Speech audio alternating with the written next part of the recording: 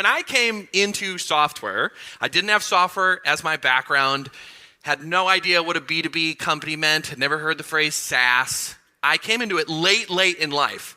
And what would happen is when I would read people's homepages of these software companies, I would say, I can't wait until I get smart enough to understand what these people are talking about. And then after a little while, I realized, wait a minute, I think they're actually just not saying anything at all. And just some of my favorite egregious examples. This is a great one. Revenue orchestration platform, because who doesn't want to orchestrate some revenue, right? Drive predictable growth powered by AI. See why these teams rely on Clary to run revenue. Run revenue. It sounds like an interesting type of software to just print money, I guess, for your business. I'm hoping all of you guys are using Clary to print your money like me. Another good one, this is a great one, a better way to revenue.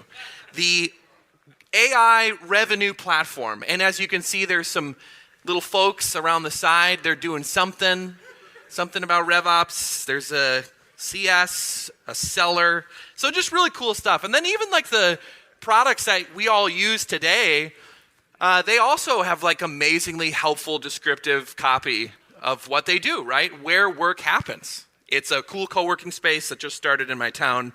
It's called Slack. You guys could check it out if you're ever in Chicago. That's where all my work happens. I go there. It's on the 3rd floor of one of the buildings downtown. So in reality, it's not a copy problem that leads to this type of messaging. It's a positioning problem. And the problem originates in different places depending on the size of your company. All the examples that I shared are very large companies, and they end up with that kind of gobbledygook because they have a bunch of executives with really big titles, giant comp packages, and multi-million-dollar branding agencies that are trying to puff them up, and they end up with, after these long engagements, with stuff that doesn't really say anything. And none of them are super happy with it, but they pat themselves on the back, and they're like, this is great. I get to leave my mark in this company, and then I'll go somewhere else and destroy the next company's branding. So it's a kind of fun cycle for the big companies. But in the early days, if you're a smaller startup founder, like many of you are in this room, you likely also struggle with positioning, but for less annoying reasons. You're building a new product, you're trying to get it out into the world, and it's not always easy to explain it to people. And I've even chatted with some people here. It takes a little bit to walk through all the different aspects of your product to get people to understand exactly what it does and why people would need it. And the problem is when you take that, 1 to 2 to 5 to 30, 45-minute explanation to explain the product, if you tried to put that somewhere like a homepage, all of a sudden you've lost people because nobody reads homepages for 45 minutes except me and my co-founder Rob, which is very sad. But in general, what is positioning? For us, positioning, it's answering 3 questions. It's the act of deciding who is your product for, what is it, and why is it better? And the whole goal of positioning is kind of like that movie Inception. You want to get a spot in the minds of your customers where they think of you, like the mental availability that when they're in a moment of struggle, they would say, oh, I remember there's a product that solves this specific problem. Or I'm stuck in this broken process. I think there's probably software that I could get that would make it better. And the idea with positioning is actively choosing who your product is for, what it is, and why it's better to try to get a spot in their minds so that they think of you and they don't think of your competitors. But to give you some fun examples of repositioning that maybe you're familiar with, maybe not, how many of you have ever drank Celsius on the right, the energy drink? Some of you? Come on, you guys are working late nights, you're drinking energy drinks. Don't fool, you're not fooling any of me. I have a young, new 9-week-old baby, and we are up multiple times in the night, and so in the morning, I'll usually have a Celsius, and I used to go downstairs to get the Celsius from the fridge, and then I would wake up our 3-year-old toddler on my way down to get the energy drink, and so I actually bought a very small mini fridge to put right next to the bed so that I can pop open an energy drink first thing in the morning and then get the day started without waking up my toddler.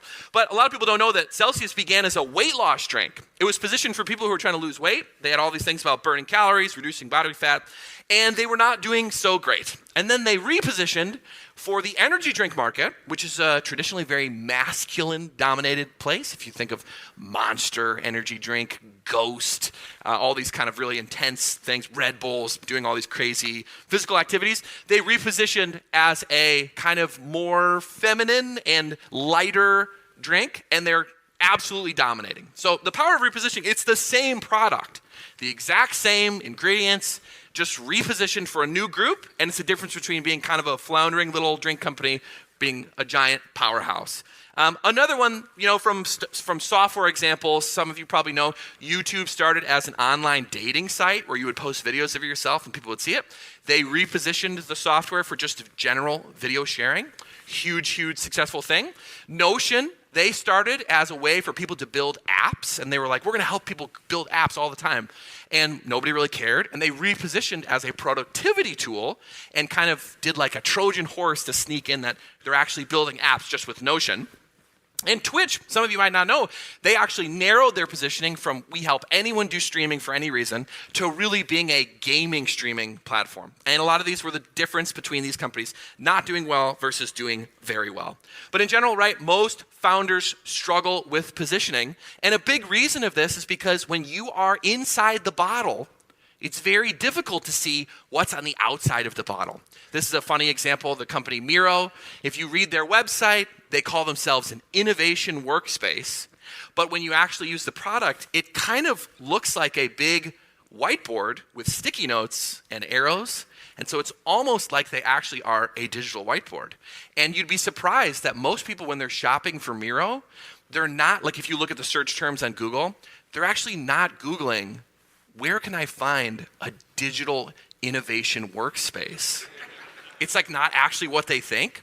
They're actually thinking like, is there a digital whiteboard? And so the problem is, you might not have as silly of as an example, but most of the time what customers see and perceive is often very different from what we, the founder, if we're thinking long-term vision of what we're trying to change the world and stuff like that, there's a disconnect that makes it a little bit tricky. So signs that you might have a positioning problem, these are kind of the big ones. It's things like people reading the website, not really getting it. Another one is when you are in a very competitive field, people don't really know why you're better, what makes you differentiated. A lot of times, too, a positioning issue is, oh my gosh, there's so many different groups that we could position for, and we don't know who we should focus on. Also, you'll see people when they're doing pretty innovative things, there's a big education gap. And so they're like, I just spend so much time trying to educate the market to understand what it is that I've built. That is actually a positioning problem. And then a lot of times as you get bigger, you start adding on more products. All of a sudden, you can get kind of a Frankenstein of a product suite that doesn't really quite make sense. Like if you're Netflix, you're selling your own content, you're selling people streaming non-original content that already existed, and also there's mobile phone games. So that makes sense, right? When you think of Netflix, maybe you guys didn't know that, but they have mobile phone games that you could get right now from Netflix.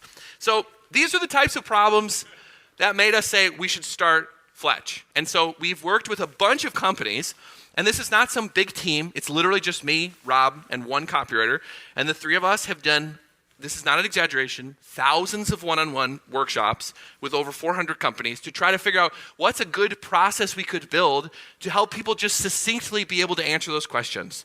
What did you build? Who is it for? And why is it better? What does it replace? And the reason that we then say, as you can see, we do positioning and homepages, the reason we think the homepage plays a big role is because a lot of times people who do similar advisory work as us, they will give you a very, very expensive PowerPoint deck. And you get this awesome thing, everyone feels cool, and then it goes in a Google Drive folder and never sees the light of day again. And then a year later, everyone's like, didn't we do some sort of project or something? And then it's just a total waste. So what we say is it doesn't become real until you take the positioning strategy and get it onto the homepage. The homepage is the great alignment tool. If you can get everyone on your team to agree what should be on the homepage, customers will see it. If you ever do go the investor route, right, they will see it. But all your stakeholders get alignment by a really good homepage. And so don't put it in some old complicated PowerPoint or Google Doc. Get it on your homepage so people can see the answers to those questions. Just keeps everyone chugging in the right direction. So before you write your homepage, you actually have to try to answer those questions. Before we can get to copywriting and all the fun metaphors and alliteration and things like that, you have very core questions that you have to answer. Who is your product for? What is it? and why is it better? The 3 questions you have to answer before you rewrite your homepage. And as we go through this, we're going to be walking through a little mini version of our model, which is going to have these 5 elements. And we're going to be using the product Loom as an example of how you might position Loom. And Loom, for people who don't know, it's a screen recorder. The main feature is it records your screen and it records your face at the same time. So just keep that in mind as we move through. So when we think about who is a product for, most people will think about things like this. They say, well, it's for people in this industry, it's for people in this business model, this size company, maybe people in this department. All these things are very helpful ways of segmenting, but they're actually not the most important thing when it comes to B2B software. And when you look at people's ICPs, when they make decks or cards or avatars, they will often be missing what we think is the key ingredient of what makes up a marketable segment. And that is backed by this principle. All software is workflow software. At the end of the day, if you are using software, it is to augment a process or a workflow, a business initiative, something where you're actually doing stuff. Software is built for that. And so the most important element of your ICP is the workflow itself. If you make cold email software, I don't care if the companies match every single one of your firmographics. They're the right size, the right revenue, the right team.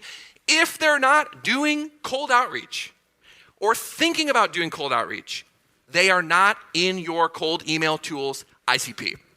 The only thing that truly, truly matters is the company doing the workflow that your process augments, supports, or replaces. And so things that are workflows, ways to segment, are things that show up on a job description of activities. Increased revenue is not a workflow. As much as the Clarys of the world will like to tell you it is, it's not. It's an outcome of different activities. Software doesn't increase revenue. Software helps with activities that could potentially increase revenue. There's a big distinction. So it's things that show up on a calendar, right? Nobody has from 2 to 3 p.m., I'm going to increase revenue for my company, right? They're going to be doing some sort of activity. So the workflow is the number one most important segmentation tool. But the problem is workflows are kind of complex. They have varying degrees of abstraction. There's really big multi-department workflows, and then there's really tiny single-person, one point in time workflows. And depending on which workflow you choose, you will actually be creating different segments of a market. Right? We can segment a market by the company size, but if you choose one of the high-level workflows or one of the low-level workflows, they actually constitute different segments. And I'll show you what I mean. I'll zoom into the marketing one. If we take a workflow like doing demand gen, that's a big, beefy workflow that usually takes a lot of time, involves a lot of different activities. You could break it up into sub-activities like lead attraction activities or nurturing and qualifying leads. And then you could break those up even further, things like running paid ads, publishing content, all these different aspects. And so different products will focus on different levels of workflows to build their businesses. And this is kind of small, but I'll zoom into some specific ones. So if I take a company like Calendly, they actually pick one way at the bottom and have built this giant business. I think they do $270 million a year just on this tiny workflow of scheduling meetings. A different company like Gainsight, they supposedly coined the phrase customer success, and they basically do the end-to-end customer success workflow. They say everything a customer success manager would need to do, they could do it in Gainsight.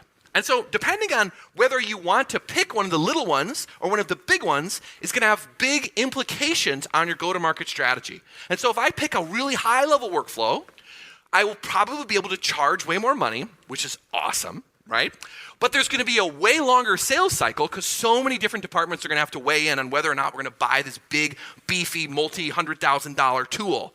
You're going to have to probably hire salespeople. There's all the multi-threading, all that type of stuff. So if you pick a high-level workflow and say, we own revenue, all of a sudden you put yourself in kind of a precarious spot. On the flip side, if you pick something very down low, you're going to probably not be able to charge as much, but you'll have a really, really fast sales cycle. In some cases, you might even not have to have salespeople at all. You can do pure product-led growth. And this is how companies like Calendly, the interesting thing is when they pick such a small little workflow to build their segmentation around, that workflow shows up in a bunch of other workflows. So it's not just a marketing tool or a sales tool or customer success tool. You actually see the workflow show up in, teachers' workflows and counselors and healthcare. People need to schedule meetings all over the place. And this is how you can get someone like Calendly to have, millions and millions and millions and millions of users, because they're able to get people from all different places. They didn't rely on the firmographic or department segmentation to get their audience. They were able to pull it out from all these little spots. Again, if you pick the really high-level workflow, there's a lot of confusion, because people will say, okay, well, if you're everything that I need to run revenue, are you going to help me run paid ads? And then a company like Clary has to say, no, not really. And you say, well, are you going to, do my customer success stuff? And they're like, well, not really. And so you risk leaving people out of the equation by choosing too big of a segmentation tool. We're going to segment the market by people trying to run revenue. It's not really very effective. And so it creates some issues. So we'll go back to Loom. If we're going to choose Loom, the workflow that Loom actually went to market with, and when they were getting their hyper-scaling, hyper-growth, was actually the workflow of providing updates to your coworkers. Very simple, very small, shows up in 1,000 different places. But the second aspect of who you're actually going after is not just the workflow, it's the competitive alternative. Another piece that does not show up on people's ICPs is the competitive alternative. I wanted to break in here and let you know that if you're enjoying this talk, you should consider joining us in person at our next MicroConf event. We're just a couple months out from our gathering in Istanbul, Turkey. We'll have great talks from Michelle Hansen, Mark Thomas, and James Mooring, as well as our incredible hallway track, which is honestly one of the best parts of MicroConf. And I'll be there emceeing and giving a talk as well. You can grab your ticket at microconf.com/events. And if Turkey is a bit too far for you, make sure you get on our mailing list to be notified when we announce our next event, which will be in the US in early 2026. You can head to microconf.com and look for anywhere to sign up for that list. Hope to see you there. Now, back to the talk. Another piece that does not show up on people's ICPs is the competitive alternative. And they come in different flavors. We're all thinking of our competitors as people who do the exact same stuff as us, but it often will look different. One competitor for Slack was email. They were not competing with other messaging apps like Discord. They were competing with a entirely different product category than they were not even in, right? So Slack replaces email. This was an early message that they had. Loom actually was competing with having a meeting. So they're a screen recorder. You would never think, who's the competition for a screen recorder software? In their framing of positioning, it was not the other screen recorders. It was having a meeting in order to provide updates to our employees. Or you might actually truly be positioning against a vendor. This makes sense if you're going after someone big. This company's called Around. They were going directly against Zoom. They eventually got acquired. And so they basically said, we're the Zoom replacement, right? We're better than Zoom. So once you get those aspects down, you have the workflow and you have the competitive alternative chosen, then you could start to layer on the rest of the segmentation. You could say, we're going to further subdivide and talk about specific types of companies or roles or industries and further dial in the positioning even more. But you need to have those first two. And the third one that you need to have is a specific problem that you are solving that is experienced and the customers are aware of it. And so Loom actually did not segment by department. They did not segment by a company type, right? They remained more horizontal and agnostic. They positioned for that workflow of providing updates. They positioned against meetings, but then they also had to choose a problem. What's the specific problem? And problems come in two different flavors. They live in two different places.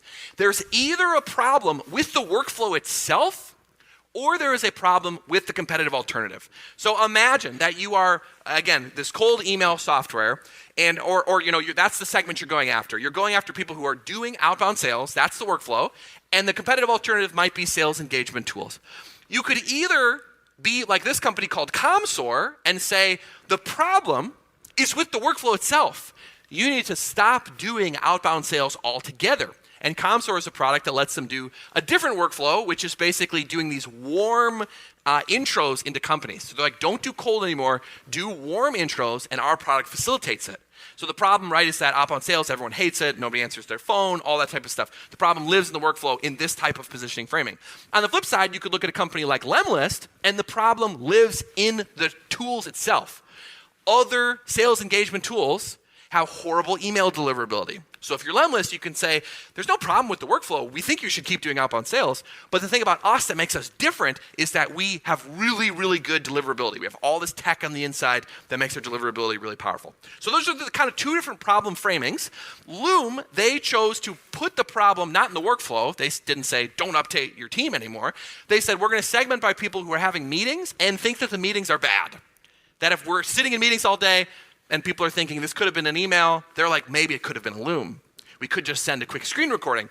So that's how they sort of built their core segmentation. And again, it doesn't have any of the traditional stuff that we normally think of in that strategy, but that was a very, very powerful strategy of segmentation of what types of people they want to go after. So they answered that question of who it's for based on those three elements.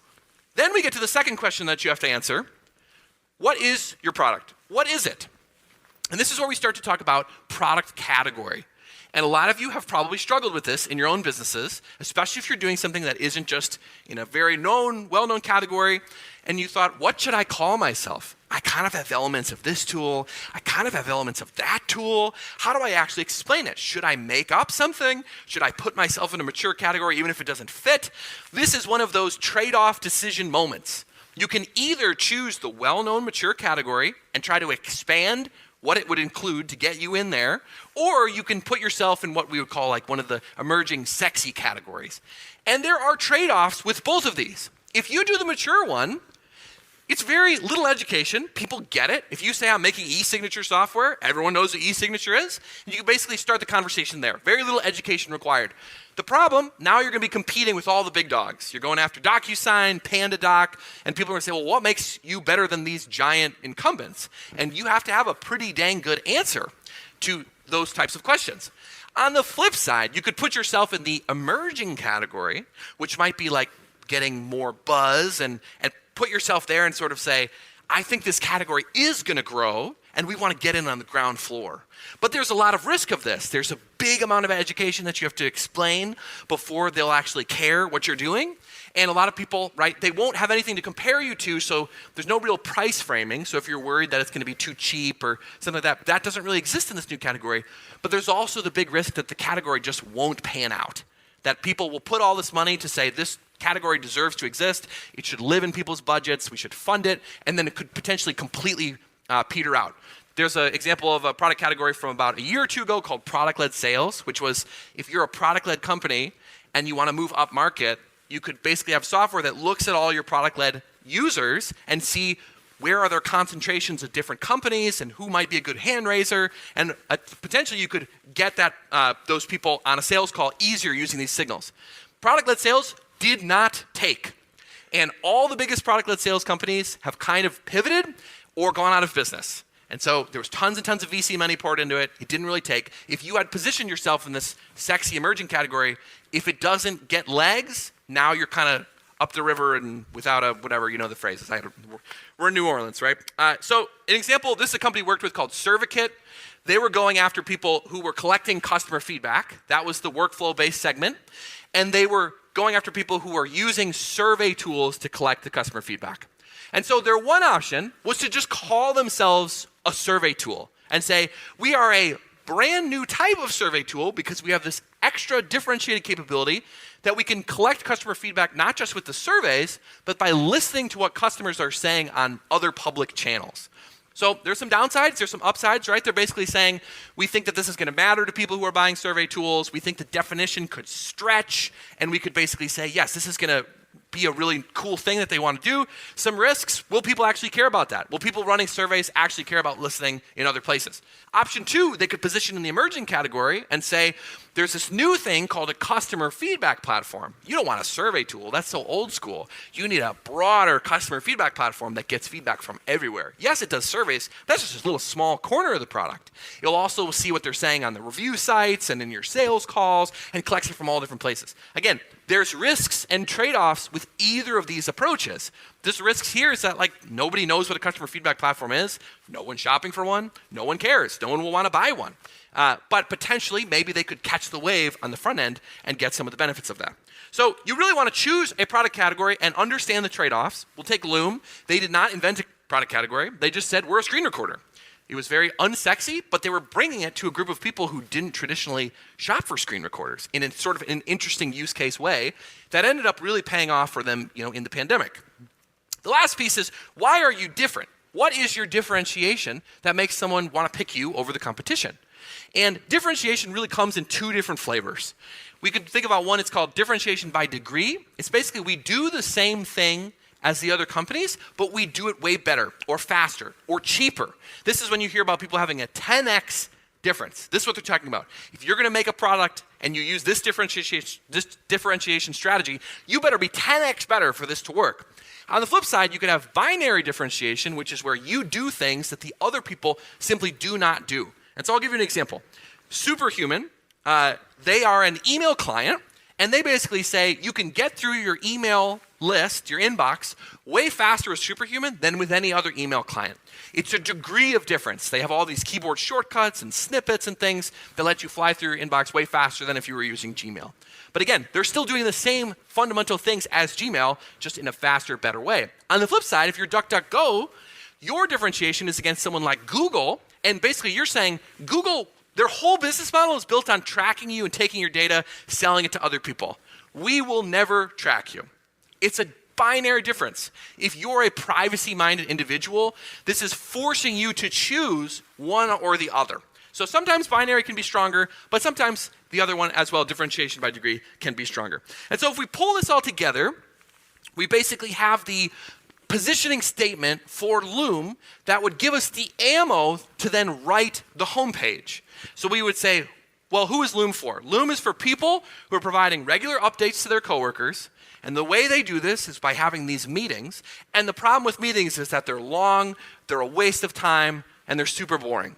We are a screen recorder, and what we let you do is send very quick update videos to your coworkers. It takes you a couple seconds. It records your screen and your face at the same time, and you can share them, see who's using it or who's actually watching it, and you're going to cut down the amount of time that you spent in meetings by a ton.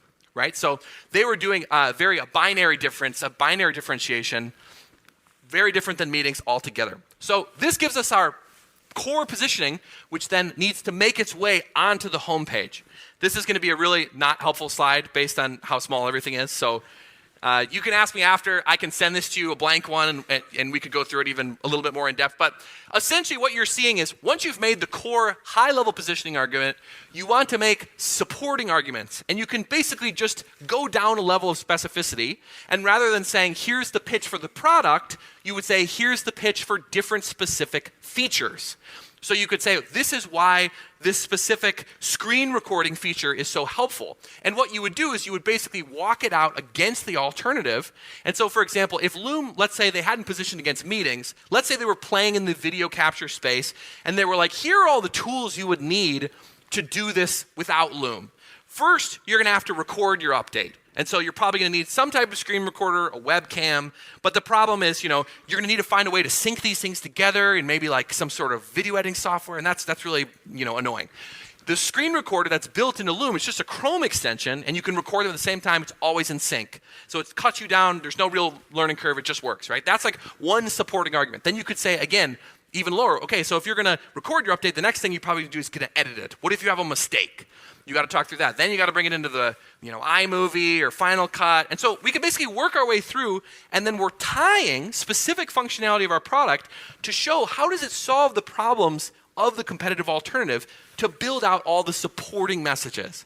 And so Loom actually, because they just positioned against meetings, it was a simplified version of this. They were basically saying, you're providing updates to your coworkers, you're using meetings, everyone hates meetings, here's a brand new way. And they didn't have to necessarily tie it one-to-one, and then they basically walked out the process of using Loom. And so once you get all of these things together, we can start to pull them into a loose wireframe and work section by section to make sure that every one of the boxes gets its due on the homepage. And so when we work with clients, we're basically doing this color coding scheme where we have the boxes from the left, which would be the positioning statement, and then we write the copy, but we always color code it to show, hey, even though the words look different, we've punched up the language, it's more fun or more engaging or whatever it might be, we're actually staying true to the language that we all agreed on, the messages that we agreed on in the previous strategic steps.